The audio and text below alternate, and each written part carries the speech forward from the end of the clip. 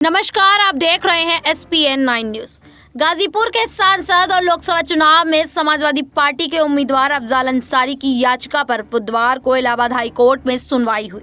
वहीं अब गुरुवार यानी कि आज 23 मई को दोपहर 2 बजे भी सुनवाई होगी। अफजाल लोकसभा चुनाव लड़ पाएंगे या नहीं, इसका फैसला कोर्ट के हाथ में है। कोर्ट के फैसले से ही अफजाल की चुनावी तकदीर का फैसला होगा। गुरुवार को होने वाली सुनवाई में भी अफजाल अंसारी की तरफ से हाई कोर्ट में दलीलें पेश की जाएंगी, यानी कि आज अफजाल अंसारी की तरफ से कहा गया कि बीजेपी विधायक कृष्णानंद राय के जिस मर्डर केस के आधार पर उनके खिलाफ गैंगस्टर एक्ट की कार्रवाई की गई थी, उस केस में वह पहले ही बरी हो चुके हैं।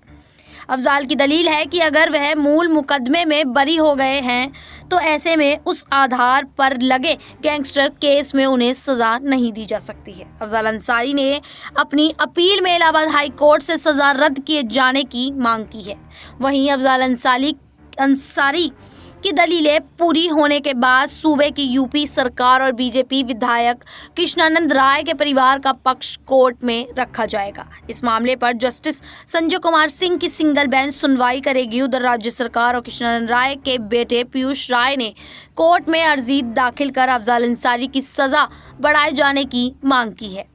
उनकी दलील है कि इसी केस में मुख्तार अंसारी को कोर्ट ने 10 साल की सजा सुनाई थी। इसी आधार पर अफजाल की भी सजा बढ़ाई जानी चाहिए।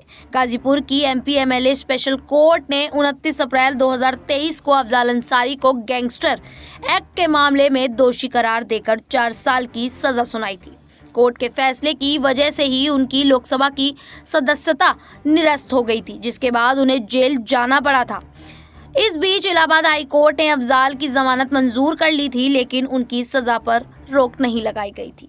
वहीं सुप्रीम कोर्ट ने अफजाल अंसारी की सजा पर रोक लगा दी थी और इलाहाबाद हाई कोर्ट को उनकी अपील 30 जून से पहले निस्तारित करने को कहा था। सुप्रीम कोर्ट से रोक लगने के बाद अफजाल अंसारी की लोकसभा सदस्यता बहाल हो गई थी। वहीं अब अगर हाई कोर्ट ने उनकी सजा रद्द नहीं की तो ऐसी स्थिति में चुनाव जीतने के बाद भी अफजाल अंसारी को सांसद पद छोड़ना पड़ेगा।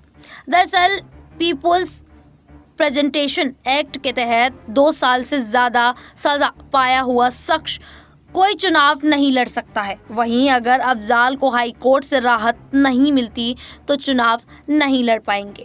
ऐसे में वो अपनी बेटी नुसरत को चुनाव लड़ाएंगे।